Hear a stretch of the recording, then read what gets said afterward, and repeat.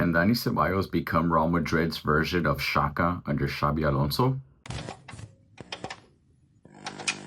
We've seen Xabi Alonso turn Granit Xhaka into a deep-lying playmaker at Bayern Leverkusen, always calm on the ball, controlling the tempo, dictating the play from deep, and playing that killer pass when necessary.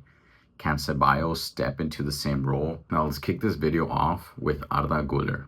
It's quite clear that Xabi Alonso and the board plan on using Arda Güler as that long-term replacement for that deep-lying playmaker role, that Toni Kroos profile, that Luka Modric profile that the squad is missing. It's quite clear that they see Arda as a potential long-term replacement for that. We already got a small taste of that last season. The last few matches of the tournament, we saw Carlo Ancelotti switched over to a 4-4-2, and he used Arda Güler in that role specifically. The prime example of that was the Copa del Rey final versus Barcelona. Clásico en La Liga versus Barcelona was the same occasion. Fortunately, Arda Güler did not perform to the top level that was expected, but he was utilized in that role in that first half. Now, personally, I think Arda Güler will excel in this role. I think he just needs to improve his defensive awareness, his positioning defensively, but once he nails that, he will be a top-level talent. Now, this video focuses on Dani Ceballos because he is a midfielder who has been with Real Madrid for various seasons now. He's never been able to establish himself as a starter. He's now 28 years old, and the rumors are circling. Does Xabi Alonso count on Dani Ceballos? Is Dani Ceballos fine with being a rotational player at this age, or does he want to go to a club where he can be a consistent starter? It seems like every season there's a rumor of Dani Ceballos returning to Real Betis. Actually, Betis never has the funds to pay for his transfer fee, and that results in Dani Ceballos staying with Real Madrid. Dani Ceballos has shown some improvement in the previous 2 seasons. I think we've seen some very top games from him, but the issue with Dani Ceballos is the consistency as well as injuries. Last season, he saw a total of 2,000 minutes, which is solid for a rotational player. But of course, we were missing Toni Kroos last season. Dani Ceballos was a direct replacement, was the perfect age to develop into that replacement. I think a lot of the fans looked at Dani Ceballos to really take this opportunity and play at the top level. And he did. For a few matches, he did show that world-class talent. There was even talk of him being called up to the national team. Now, the 2,000 minutes last season were a vast improvement on the 800 minutes that he saw in the previous season under Carlo Ancelotti, the 23-24. Now, that season, I think we started to get a sense of the top level that he can actually play in. But again, the consistency and the injuries were always a reoccurring issue with Dani Ceballos. And looking at the statistics here, Dani Ceballos is the closest profile that we have to that Toni Kroos replacement.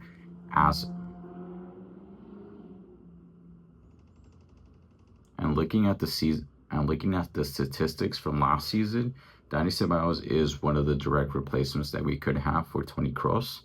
As you can see here, we're taking a look at his carrying ability. It's absolutely top level. He's in a very high percentile. Forward passes is the same thing. Progressive passes is the same thing. Defensive actions, I think it's natural for that deep-lying playmaker to lack a little bit defensively, but they do need to have some defensive structure, and I think these type of players have that defensive knowledge, that defensive positioning. They're always positioned in the right spot. Now, I did make a previous video saying the Valverde, Tchouaméni, and Jude Bellingham trio lack that tempo control kind of role, and a lot of you guys mentioned the name in Pedri. For reference, we're pulling up the statistics between Dani Ceballos and Pedri, and you can see, according to the statistics last season, it's not very different. Now, statistics obviously don't tell the full story, but they give you a general insight into what type of player it is and how they can perform at the top level. Now, at the very top level, I think Dani Ceballos is a very solid player. I think you can link him up in that Fabian Ruiz category. Fabian Ruiz was a player that had hype in his early years, started to die down. People started to think that he wasn't going to perform at the top level. Luis Enrique came into that PSG team, and he's been a nailed-in starter, performing for PSG and the Spanish national team at the very top level. I think something that's actually very impressive when we look at the statistics, the dual percentage that Dani Ceballos has, along with the defensive actions, is actually pretty solid for a center mid whose focus is playmaking. Now, as I mentioned, they do need to have some of the defensive knowledge. Some of these statistics obviously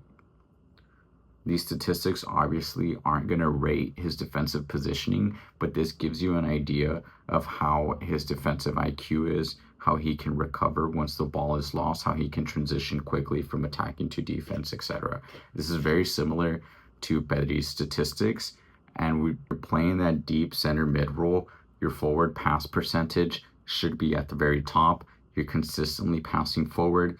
You can obviously open up the pitch, play it wide, but theoretically, most of your passes will be pushed forward. And of course, we see this with Dani Ceballos. For Real Madrid, this deeper role requires the center mid to be positioned defensively. We have the creative output to attack. We don't really need that Toni Kroos style player to push into the box and constantly attack. And we constantly saw Toni Kroos filling in that defensive area on the left-hand side. When you had Mendy slightly push forward or you had Jude Bellingham push forward, you had Toni Kroos slot in that role to help cover defensively. And this was what was expected with Dani Ceballos. And this results in a low number of key passes, which is something that Pedri absolutely excels in. But that's because Pedri is also asked to transition and play higher up the pitch, especially with Barcelona's high pressure system. All in all, I think Dani Ceballos can be a solid rotational player. I think if he performs consistently at the top level, he can be a nailed-in starter. But I think the plans for the club are absolutely solid. Arda Güler will be tested this season to see if he can nail that position and play as a world-class Real Madrid level starter. The question is, do you still think Real Madrid needs that center mid profile?